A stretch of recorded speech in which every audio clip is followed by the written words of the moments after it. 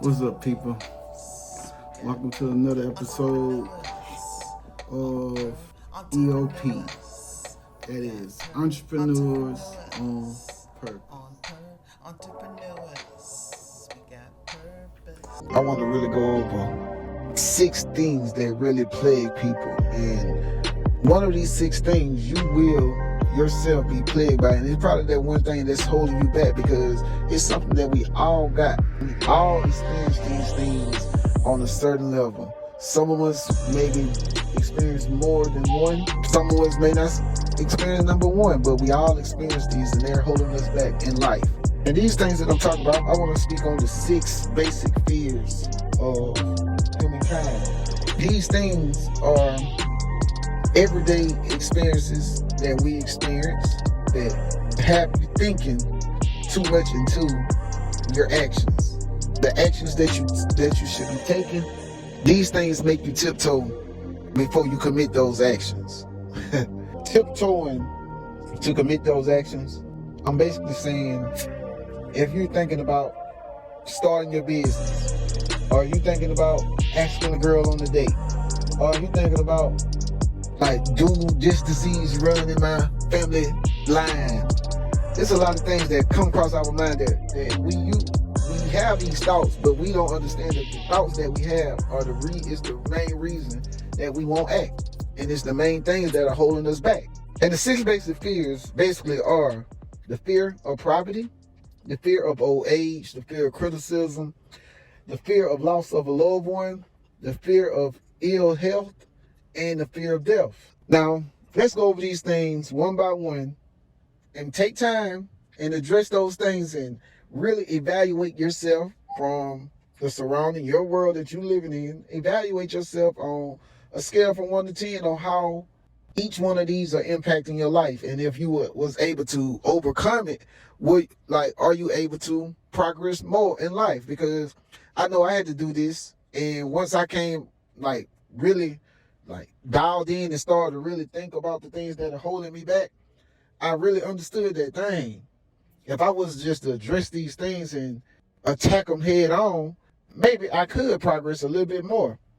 I mean, all is want to progress. So if you come to a jam where you feel like, hey, I'm stuck, but I want to go to the next level, but I can't, hey, this won't hurt to do. This lesson or this little exercise won't hurt to do. Let's go over all 6 of them one by one and basically get some more insight of what they are and how we can overcome them.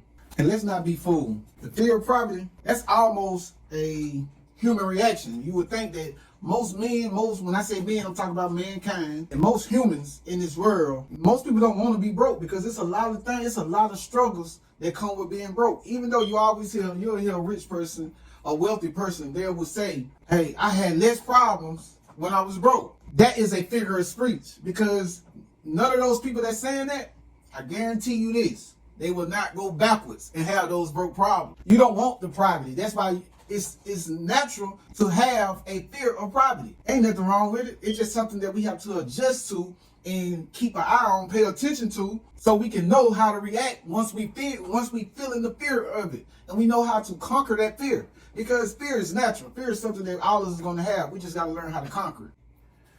The second of the 6 basic fears that I want to get into is the fear of old age. And we always hear people say, oh, I'm too old to start something new. I'm too old man, I'm getting too up in age, man. I'm 50 years old. I can't be starting no new business. We always hear people and it basically, when you start using your age as an excuse not to do something, that's you having the fear of your old age. You fearing that I'm too old to get this accomplished, or I don't have enough time to do it. So you basically so scared of your age till you will not do something on the account that you believe that you're too old to do it. Start looking into these things. When you have the fear oh, Bert, ain't no better time than the present. Like they always say, you know when the best time was to plant a tree? The best time was 20 years ago. But you know when the next best time is? Today. So, no matter how old you is, bro, if you got today, you got to start. So, don't get fooled by your age. If you are living today, you are old enough to get anything you want to do accomplished. So don't fear old age, man. That's a crazy fear anyways, man. Nigga still alive, her God didn't get it. Third fear will be something that we all do and we most definitely get in return. And we may call these people haters if they do it to you, but you don't call yourself a hater if you do it to someone else. And this fear will be the fear of being criticized. Like, we do it all the time. We may call it, oh, janking, I'm jonesing, oh, I'm burning him up, or whatever. People, we have a fear of someone talking down on us, of saying, and I would say, all right, perfect example for my race. Now, I see me and MajorWaLLaH, who was in a restaurant the other day, peeping this out. White guys coming out, relaxed, t-shirt, pair of jeans, pair of flip-flops, very casual. No one bats an eye. Black guy walk in with the same thing on. Most black people look at that person and say, what he got on? Why he wearing it? Not even thinking like, oh, he trying to dress like a white dude. He got flip-flops. He trying to dress like, bro, that's criticism. Like, so when I say the fear of criticism, I'm talking from both ends. When you're doing it, if you're criticizing someone, you have that's you showing your fear. You have a fear of understanding that person, understanding of why that person is doing this. And if you doing certain things, oh, I want to buy this shirt. If the shirt look good to you, but you think someone else will talk about you wearing that shirt, you fear that they're going to criticize you. So we walk through life every day fearing this thing and not paying attention to, bro, that is so I hear people say, oh, I don't fear nothing but God. But when I go down this list and me just sit back and evaluate these people, by the way that they act, I can see which ones that you fear. So it's more than just, oh, I don't fear nothing but God. It's a lot of things that you fear. You just got to start paying attention to what it is, because the fear of criticism is most definitely a fear for most human beings. This is another one that I believe that most people will agree with, because just after the last couple years, especially 2020, from 2020 up to today, I can honestly say that people will agree with this. It's the fear of ill health. Because when COVID hit the scene, I done told countless individuals, anyone who know me, they know I done told them, you get sick up here first. Once this becomes sick, then this becomes sick.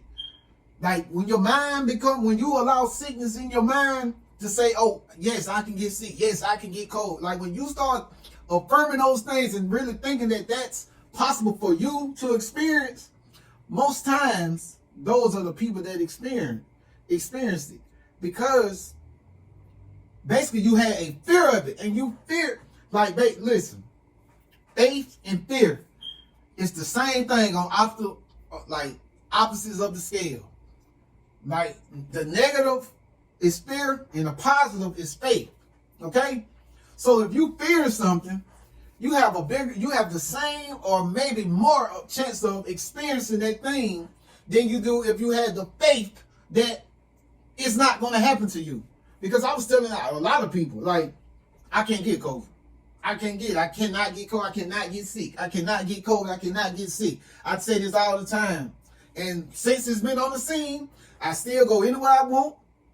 I still go and before I left my job, I was still going to work every day the same way. I still go to the same gyms, parks, whatever I feel like I want to do, I done it. I went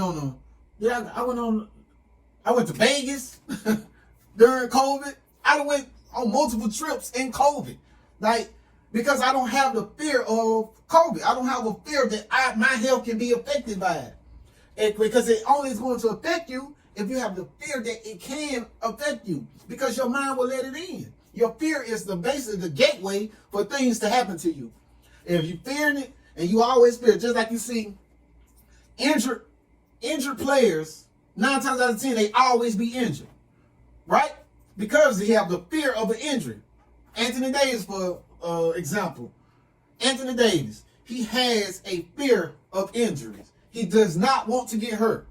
And he's thinking about that all the time. Like, man, I just hope I don't get hurt. Oh, man, I don't want to get hurt. He's fearing this all the time.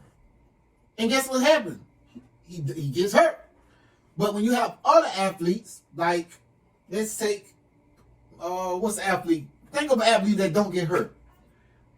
Those guys, they're not fearing that they're going to go out there and get hurt. A running back can run the ball 100 times a game, 40 times a game, and don't get hurt. Run the ball two times in that game and get hurt. It's because at some point in time, he done let that fear of thinking about injury get inside his head. It allows itself to manifest. Because anything that is feared or revered is going to happen in the presence. It's going to happen. If you just living to the point where you fearing it so much, or you revering it so much, it's something good that's about to happen. Like you hoping that it's happening. Those things happen because that's what you let in. And we're talking about fears, but we're letting you know that if it can happen on this end, the fourth fear will be, and this is a fear that I believe that most people will agree with, like without getting to the nitty gritty, without just really dumping inside their spirit. Like, I believe that this fear, most people will agree with it, because most people, we all got people that we love in our life, from your kids to your significant other to your parents, grandparents. We always got a close friend. We all got someone in our life that is very important to us and we love. So the fourth fear will be the fear of loss of a loved one. When this fear, even though we have this fear, it's still considered as a fear that holds people back sometimes. Because you can think, a person can be on a track of doing something, and just say someone close to them died, and they lose all motivation for doing whatever they was trying to do. They lose the motivation to do it. You can't get them out. They just taking the death real hard. Like, basically, the way that you experience that death after that person passed, it shows you that while that person was alive, you feared that it was a chance that that person could die and leave you by yourself. You feared that. That's why you taking it so hard once that person is gone, because it hurts, and it's hard to like find something to keep pushing you forward when you're dealing with this. When you're dealing with the fear, it's hard to find something to keep you pushing forward. So, like I told a partner of mine, God rest her soul, he lost his mama, but he working on, and like, if you ask me, my nigga, he close. I can see it. So I don't know if he can see it, but I'm from afar and I can see that he's close. He's very close. But his mama died. So instantly, when I seen that he posted that his mama had passed, I reached out to him to let him know, hey man, like, I understand, I'm sorry for your loss. I understand, but bro, you close. Do not take your foot off the pedal.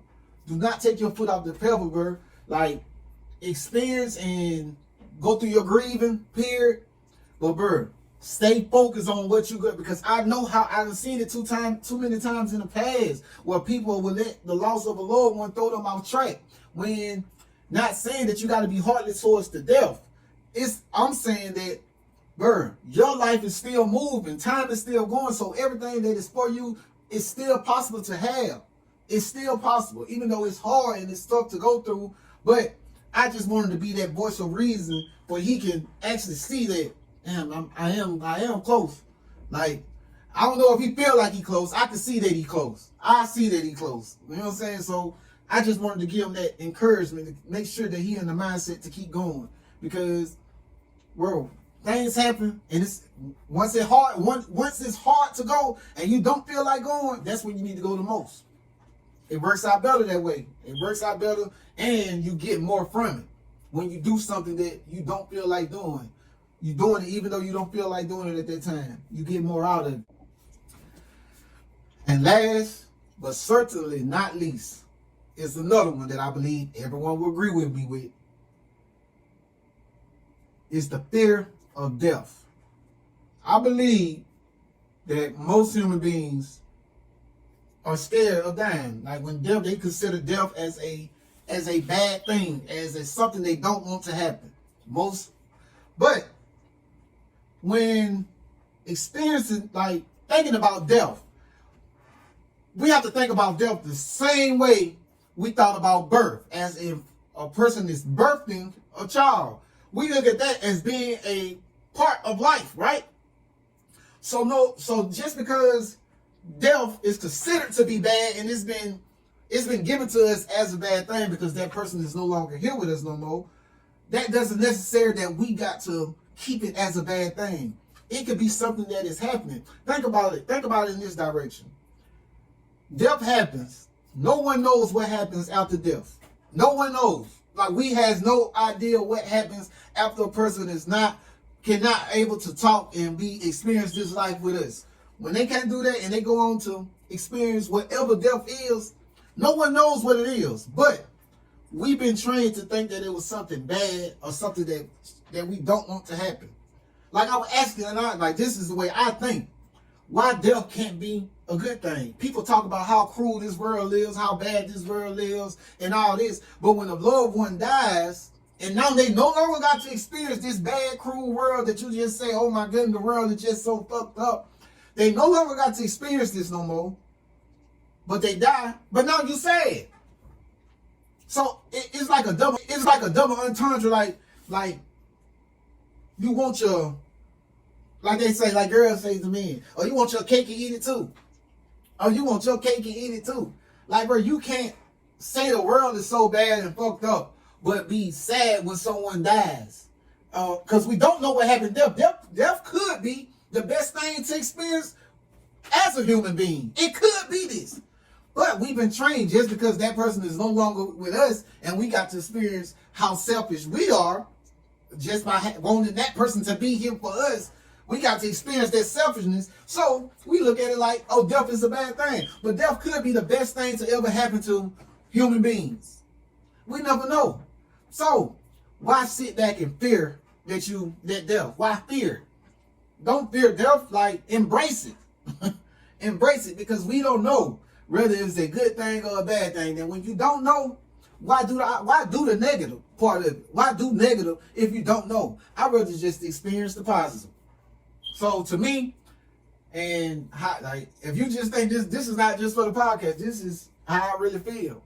Like I consider death as a good thing. Good thing. Because I'm the one thing that everything happens for a reason. Everything happens for a reason. So if you experience, like, yes, not saying you're not going to feel sadness of a person is leaving. Yes, you forced to, you human. So yes, that's a human emotion, so you're going to feel it. But I'm saying it's not going to make me crawl into a hole and not keep pushing forward. No, I believe that you still need to be pushing forward. Like, long as you got life to live. Long as you got life to live, push forward. Push forward. That was basically the 6 basic fears of mankind. Now, not saying that that's only 6. It may be a lot more. It may be a lot more that we need to fear. But that's only 6, and that's the 6 basics, okay? Now, I hope y'all got something out this podcast. Like, I enjoyed it. I enjoyed this episode. I enjoyed making this episode. But if you did, and if you like what you heard, do me a favor. If you can hit the subscribe button and like and comment. And I thank y'all for tuning in. I thank y'all for watching. And for everyone who stayed to the end, I really appreciate it. You guys are great. Thank you. Peace out.